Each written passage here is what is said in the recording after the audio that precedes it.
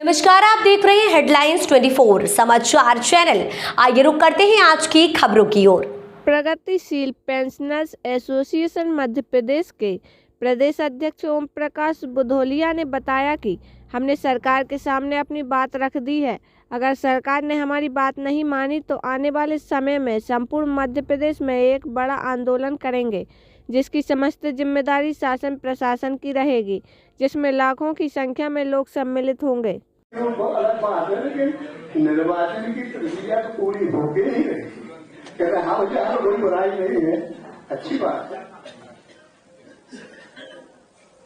सवाल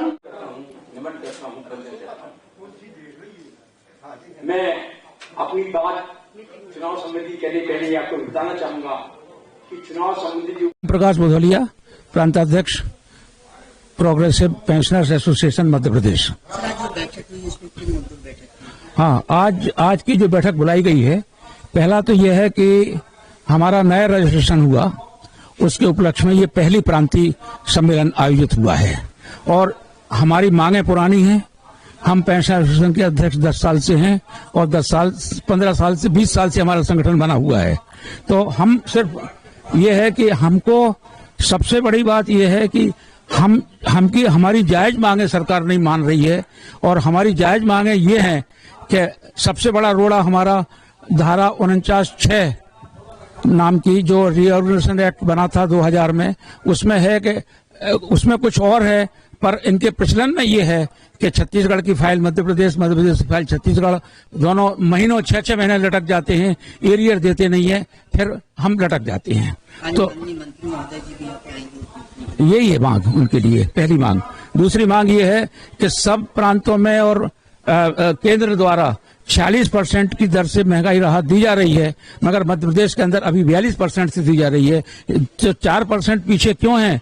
अभी केंद्र 4% और बढ़ाने वाला है, तो फिर हम लोग 8% पीछे हो जाएंगे। ये बात समझ में नहीं आने वाली है। तो क्या जब आचार संहिता लग जाएगी, उसके बाद बात खत्म हो जाएगी, तब क्या करेंगे फिर हम?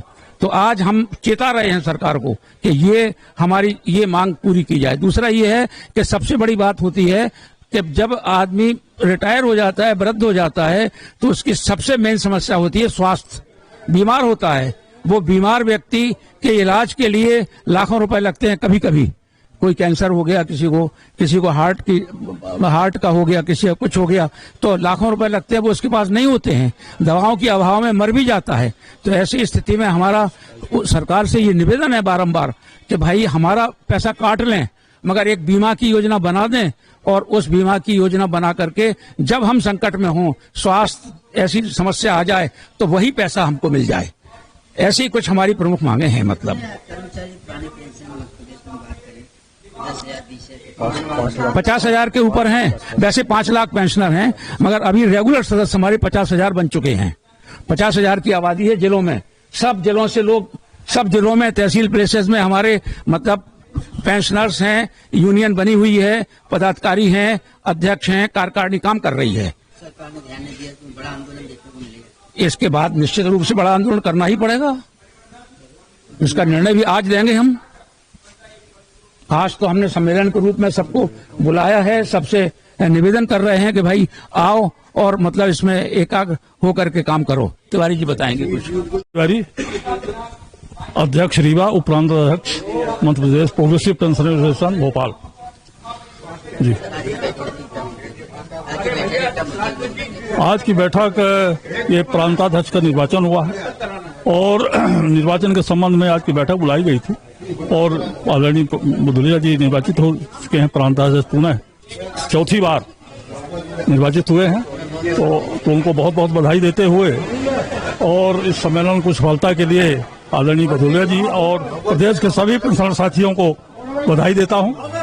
साथ ही सरकार से जो मांगे हैं, महत्वपूर्ण मांगे अभी आपको बुधोलिया जी ने बताया है, वही मांगे हैं।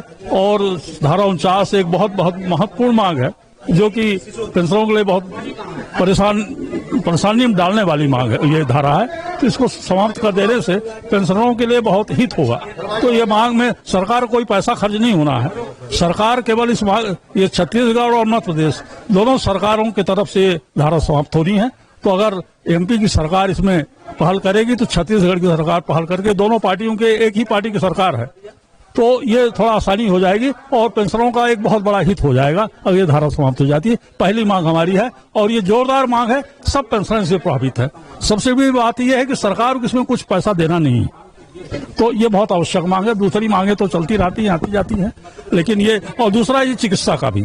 चिकित्सा में आजकल जैसे बड़ी गंभीर बीमारियां हो जाती हैं तो उनको बड़ी परेशानी होती है पैसा खाते हो। लोगों को अपनी जमा पूंजी या कि घर और जमीन गिरवी करके दवाई करानी पड़ती है। तो यह कि आयुष्मान योजना जोड़ दिया जाए, क्योंकि आयुष्मान योजना भारत सरकार की है, मतलब इस सरकार की नहीं है, तो इसमें कठिनाई होगी।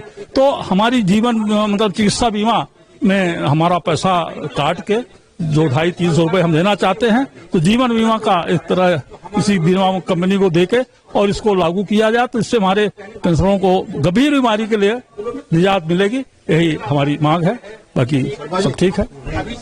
फिलहाल के लिए इस खबर में इतना ही। बने रहे हेडलाइन 24 समाचार के साथ। नमस्कार। ऐसी खबरों में बने रहने के लिए हमारे चैनल को लाइक, सब्सक्राइब जरूर कीजिए।